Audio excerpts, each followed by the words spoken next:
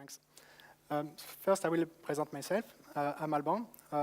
A few years ago, I worked on traffic control, but for a different use case. It was for multimedia application in cars. It was about regulating the bandwidth when an application uses the bandwidth for a web radio and for downloading updates. Obviously, one has a higher priority than the other. So in this case, we need some traffic control for that. A few years later, I work on containers. I work on the container runtime Rocket. And then I wanted to mix the two ideas together. So the talk I will present today is about traffic control in containers, not for embedded device anymore, but for the cloud. And now I'm working on a software called revolve. I will say 2 words about the company I work. It's Kinvolk. We are based in Berlin. And we are developing software, what we say, foundational Linux technologies. So we like low-level Linux software. For example, we work on Rocket. That's a CoreOS product. That's a container runtime. We work on systemd. We work on Linux. We work on OS3. OS3 is like Git, but for system images to be able to automatically update operating system. And lately, we work on revolve. So a good part of my talk will be focused on revolve. Kinvolk work with the following companies. CoreOS, we work on Rocket. We work with Endless, and lately with Waveworks. You can follow the links if you want to know more about it. And now I will start with my talk. In the first part of my talk, I will talk about explaining what is traffic control, how does it work on Linux. So it's going to be a bit more theoretical and give some explanation. But then I will say how it can be used to test applications. So the example I will have is application. It's a web applications to a web shop to sell socks online. And it will be application composed by many microservices. And the demo I will show will be based on Kubernetes. It will use, I used Minikube to easily install Kubernetes. And I will show revolve. That's a visualization tool to see containers. And the web application is revolve. So what is traffic control and how does it work on Linux? Traffic control can be used for several scenarios. In this example, I have a web server on website, and it serves requests to many different clients. And one thing we will want is to have a fair distribution of bandwidth.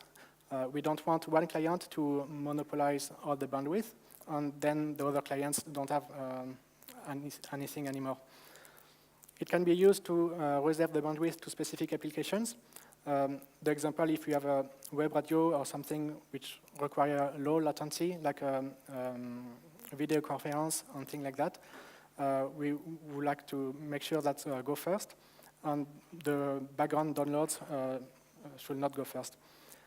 Another thing traffic control is used for is to avoid buffer bloat. Buffer bloat is when on routers we have 2 big buffers, and then the traffic gets slow as a result. How does traffic control work on Linux? On Linux, we have something called a queuing discipline. Queuing discipline is a network scheduler. It decides what packet to emit next on the network interface and when. So when there are a lot of applications wanting to emit traffic on the network interface, that algorithm will decide what priority to give and in which order. On Linux, the queuing disciplines can be configured at runtime. There is a tool called tc on Linux for traffic control, and that's allowed to change at runtime the configuration or change the network scheduler completely. Doing that doesn't require to it can be done dynamically. It doesn't require to restart an application or restart the network interface or anything like that. So it doesn't break any TCP connection. There are many different queuing disciplines, many different network schedulers. I will just explain one of them called Stochastic fairness queuing as an example. So in this way, here we have one network interface called ETH0. And internally, this network scheduler will have several queues, and each network connection, each TCP connection will be classified in one of these queues. And then when the network scheduler has to decide which packet to emit next, it will do a round robin over the different queues, so it will send one packet at a time. And the goal of that is to make sure that each connection has a fair access to the bandwidth. That's one example of a network scheduler. There are many others, but I will not show more. But what traffic control can do for testing? Actually, why we need traffic control at all for testing? Developers usually have a good connection to internet, so they have low latency, high bandwidth. In this condition, it's difficult to see problems that arise only when there is a bad connection. For example, when we have a good connection, we don't see a problem when loading big images. But when end users start to have bad connections, we need something to simulate a bad connection so that developers can really test their software, their website. And there is a network scheduler called netem, or network emulator, which it's the goal to change the parameter, reduce the bandwidth, or add some latency, or decide to drop some packets to see what happens, or corrupt some packets. And network emulator is something that exists on Linux. For a long time, it can be used by enabled by the TC command. You can install that network scheduler on a network interface. And with that, all my demo will be based on this one, on this network scheduler. When we want to test an application, we don't want to break or damage the network connectivity for all applications on the developer's laptop, but we want to change the configuration only for one application, otherwise quite difficult. The good thing is network scheduler are applied to a specific network interface. So when you run with containers, usually in containers, we have each container has their own network interface. In this example, I have 2 containers, and each of them are their own ETH0. So with network schedulers, we can assign a different network scheduler for each network interface, and then we will damage the network connectivity only for a specific container. So the other application will be affected by that. So now we'll introduce the demo application. The demo application is called microservices-demo. That's something that I've developed by 2 companies. One of them is Container Solution, and the other WeaveWorks. The goal is to show how microservice architecture can be done. So that's an application that's a web shop. We can buy socks on this, and it's developed by many different microservices. Actually, there is, I think, 14 of them. And each of them is developed in a different language. So some use Java, some use Node.js, some use PHP, or different language to show that it's possible to do that. This web application is deployed in containers. So here I show we have a different container for the front end, which will receive connection directly from users. We have a different container for catalog, a different container for orders, and in this diagram I show the connection between them. We have the front end talking to catalog, but we can have a quite complex diagram like that. Of course, when we want to scale up to internet scale, we want to have several replicas of the front end and then do some load balancing. We want to have some replicas of several replicas of each of them. And when we start to have a lot of replicas, we don't want to manage that ourselves. We need a tool, a specialized tool to do that, to orchestrate the containers. And for that, we will use Kubernetes. Kubernetes allows to deploy automatically containers and decide where to place them on the cluster and which node to place them. And then it can scale up or scale down or decide automatically what to do and which node to place them.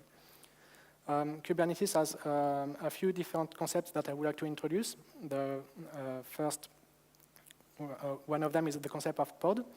Pod is a way to group different containers together. So we can have usually one container, which is the main application running in a pod, but along with that, we can have a sidecar container, which adds some feature to it. But in Kubernetes, each pod has its own network namespace. That means it has its own IP address. And each pod has a different IP address, and they are all connected to each other. Any pod can talk to any other pod. They are directly addressable via IP addresses. In the demo I will do later, it's only actually only use one container per pod, but it doesn't need to be like that. And a pod is a smallest unit that can be deployed. All the containers in the same pod are automatically in the same physical node. And then when we want to scale up, we need to use something like a replica set. A replica set allows to duplicate many copies of a pod. For example, here I have 2 nodes and I have 2 front-end. So I have 2 copies of the front-end container running, and each of them can receive traffic, and then they can send traffic to other pods. And then the last concept of Kubernetes I would like to introduce is the concept of Kubernetes services. It's allowed to redirect the traffic to the correct pod. So a pod can come and go when they are created and destroyed dynamically. If a node comes down, then all the pods go with them. So we have a dynamic system, and we need something to redirect the traffic to the correct container. It's like a load balancing. Each service will have a cluster IP. That's a virtual IP that is reachable from anywhere on the cluster. In this example, we have the front end that can access the service catalog. The service catalog will have a unique IP address. And then Kubernetes internally will redirect the traffic to one of the different possible pods. So here I have 3 different pods for catalogs. It will choose one of them. Internally, it uses IP table and destination NAT, but there are other ways to do that in Kubernetes in different projects. With that, it means that any pod doesn't need to know the IP address of the catalog in this example. It will need to connect to the catalog, do a DNS resolution of catalog, get the IP of the service, and then it doesn't need to care which specific container it reached. So when pod come and go, it's continue to work without changing the configuration of applications. So how do we do traffic control on Kubernetes? I started to develop a plugin, a traffic control plugin, that is installed on every node of the Kubernetes cluster. And that plugin will receive commands such as change the latency on this container, or reduce the bandwidth of this pod, or start to drop some packets on this pod. So the traffic control plugin receives commands, but then we need to have a way, user interface to do that in a friendly way. So I plug that into WithScope. WithScope is a monitoring and visualization tool. It looks like that. So it's a web user interface. Here in this view, you can see many different containers, and you can see the different connection between them. And it's automatically updated when there is a new TCP connection between two containers.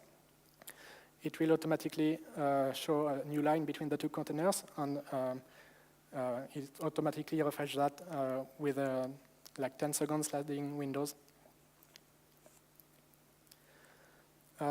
We can deploy with scope easily on Kubernetes.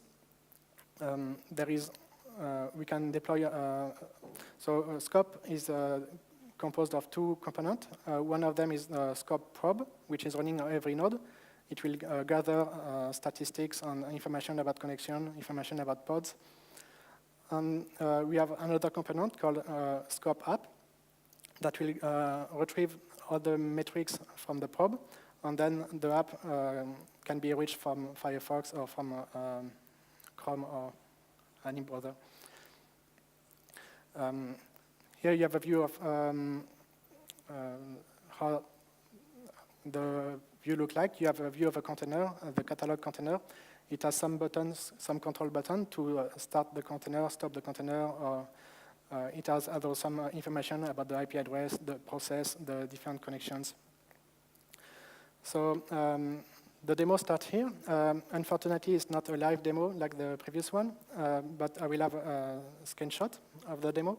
And then you can reproduce the demo yourself. If you go to this link, you can easily follow the instruction to repeat the demo.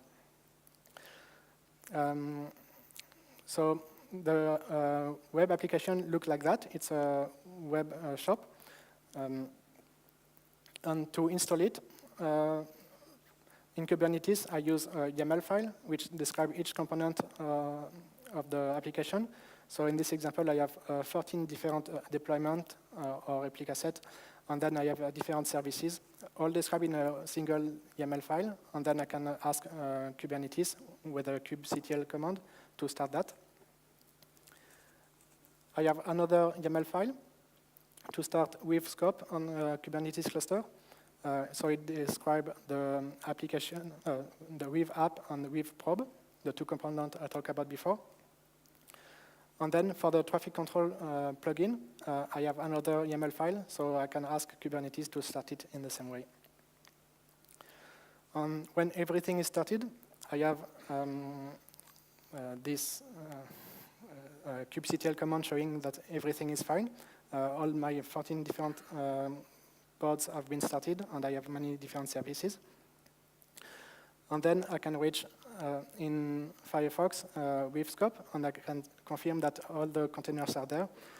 Here it shows all the containers, and it shows the links between them. So I can see that the front end is connected to the catalog and connected to some others, and some are not connected to anything. And its UI is refreshed automatically, regularly. There is different views on with scope. Here is the container view, but you can also see the process view. In this case, you see all the process in your cluster. That could be a lot of process, so that's, in my opinion, a bit less useful than the container view. But still, with container view, you can see a lot of containers if you have a large cluster with a lot of nodes.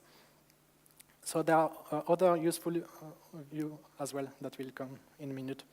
For now, I'll show you the front-end container.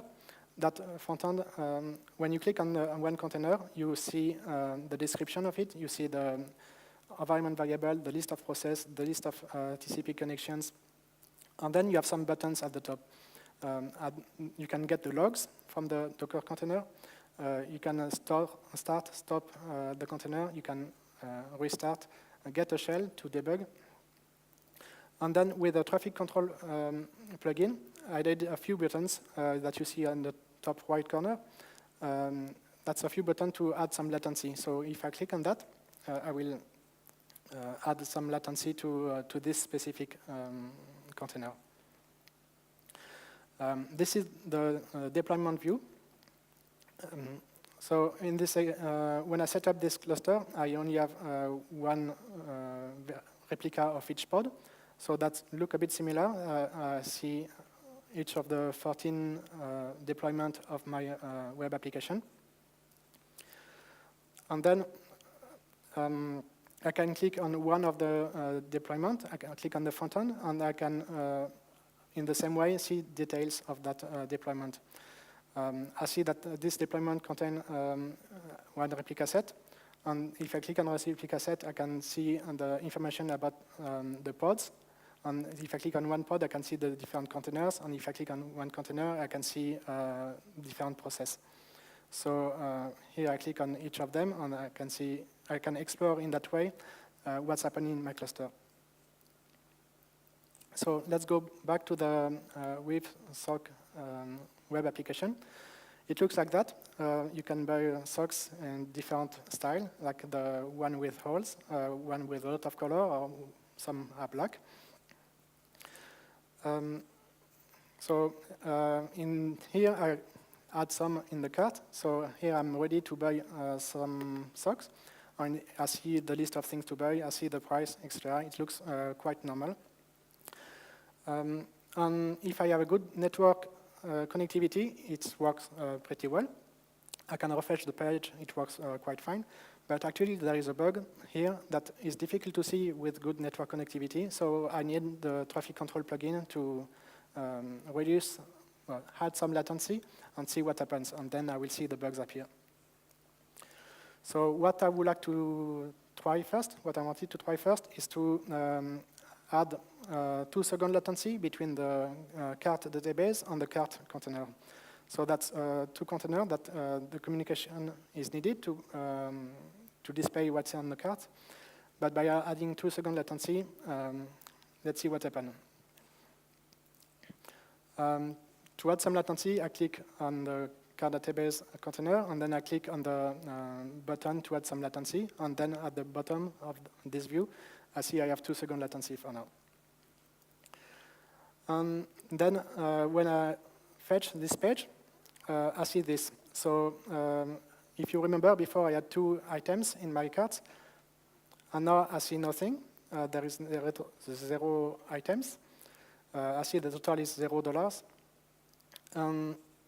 It seems like nothing is happening, and the page is taken like that for a while. And then after many seconds, suddenly everything appears. So that's not a really good user interface, because the user doesn't see anything happening. The user wonders, okay, did something break? Did all my basket disappear? Should I try again? So that's the bug. The fix to the bug will be to give some user feedback to say loading, or have an image to say it is loading, or to show some feedback. And if you notice, in Firefox, usually when the page is loading, there is a spinning wheel to say it is loading, but here it doesn't happen. The reason that nothing happens is the fetching the information for the cart is done in JavaScript, is done asynchronously after the document was, the HTML main document was fetched. So because of that, the user doesn't have any feedback. The request is sent to get the content of the cart, but no user feedback. If I use the debugger tool in Firefox to see the network request, the HTTP request, I see that most of the requests are quite fast. It takes a few milliseconds. But a couple of them are quite slow, which is exactly what I asked for. So because of the cart database container, add 2-second latency, so it takes a few seconds to get that. If it were to initiate a new TCP connection with a TCP SYN ACK packet, there is a few round trip, and with 2-second latency, that's add a lot of time. So to fix that, I wrote quickly a patch to the front end to say while the request is ongoing, to display some user feedback. So here I print the message loading. So I'm not an expert in user interface, but that's what I've done. So at least there is some user feedback. I don't display $0 because that's confusing. That's not true. Unfortunately, I didn't fix everything, so if you see at the top, there is still 0 items in the cart. So that's not correct. I should say that it's loading or give some user feedback instead of giving the wrong information. But the purpose of that is to show that with traffic control plugin, I can iteratively, pretty quickly test different scenarios and without writing much unit test. It's a click interface that's easy to develop and iterate. Let's try a different scenario. Here, I want to add some latency on the catalog container. So it's pretty similar. When I do that, for many seconds, the web page I get is kind of empty, doesn't look really great. So that's another bug in the user interface that will be great to fix. I didn't fix that, but that's show that there is still progress to do in this demo application. Another thing that would be possible to do, remember the previous talk, when we see the JPEG images being downloaded line by line. I remember when testing with traffic control on this application, I see the same thing appearing, the image being loaded line by line instead of being progressive JPEG. So that could be used for that as well. That was the end of the demo. As I said, it's not a live demo, sorry, but there is a way to reproduce if you want to try it. So far, it's only testing, manual testing by clicking on the user interface on changing the latency or changing the bandwidth. I can also use some tools like Selenium to simulate clicks. But I wanted to focus more on the manual testing and to show how a developer can quickly test with traffic control, quickly iterate on new code. So in WithScope, there is a plugin interface that the traffic control plugin uses. It's possible to add new plugins that you can do that for your own specific needs. And the way it works, whenever I add a new plugin, there is no need to change the code in the Scope app or Scope probe.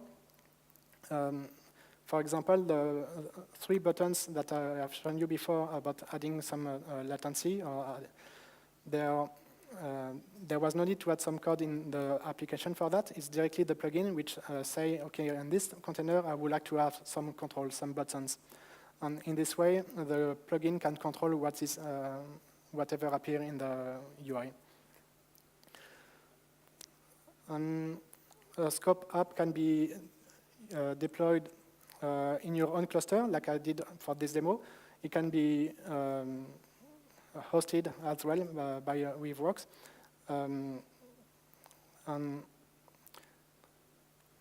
As I say, you can develop new plugins. Here is something I act quickly to add a new button, debugger button, and what it does is start a GDB directly on the correct process when you click on it. So in this way, when you see something is wrong on the cluster, you don't need to SSH on the correct machine and then check the process PID in the correct container. You can directly navigate in WithScope and find the process and then click on that button to start a GDB instance directly on that process. I have some more complex scenarios that I wanted to talk about. I can either do that now, or I can as well take questions if you want. Does anyone want to ask a question at the moment? Есть какие-нибудь вопросы? Does anyone has questions? No, apparently, Okay. nobody has any questions. So I will continue with the rest. So there is some testing scenario that I cannot do with the current traffic control plugin. For example, if I want to add 100 millisecond latency between 2 specific containers, I cannot do that. The reason for that is that the network emulator queuing discipline is applied to a specific network interface of a specific container. So if I apply that to the front-end container, it it will change the configuration for all the connections to Firefox, to the catalog, to the others, but not only to the one I want. And if I want to test that, it's a bit more difficult, because I will need to classify the traffic into different classes. In this example, I will say, okay, if I have this IP address, I want to have some latency. If I have this IP address, I don't want any latency.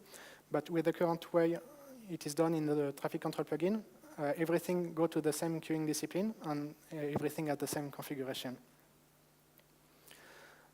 However, on Linux, it's possible to have a hierarchy of network scheduler.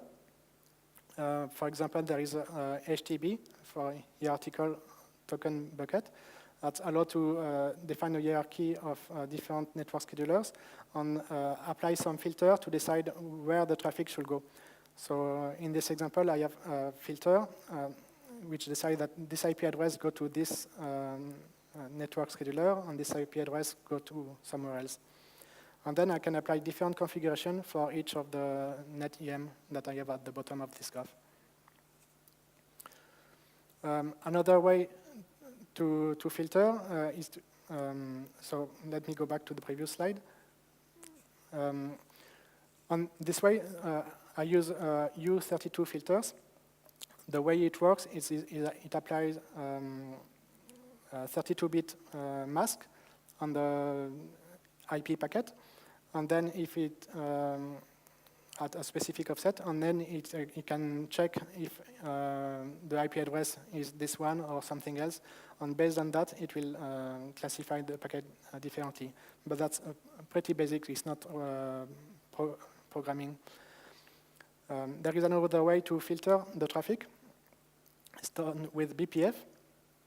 And in this way, it's more complex. You can write program in pseudo C language, so it looks a lot like C, but with some restrictions. For example, you cannot do loops. And then you can look at the packet.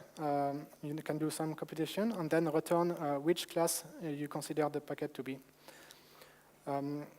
That is pretty fast. It's not executed in user space, so you don't need to send all the packets to user space and execute that program. The way it works is you compile this pseudo-C program into BPF. BPF is a special architecture, pseudo-architecture, and then you upload that compiled program into the kernel. And the kernel will do a second just-in-time compilation step to have a native code. So, for example, x86-64. And then the kernel will execute that code for every single packet. But because it's compiled for the native architecture and because it stays in the kernel, there is no context switch, and it's really fast. In this way, you can execute a code to decide how to classify the packet, and then redirect the traffic to with different latency options. Another feature that comes with BPF is BPF maps. A maps is a kind of variable that is, it can be of different type. It can be hash table, it can be an array.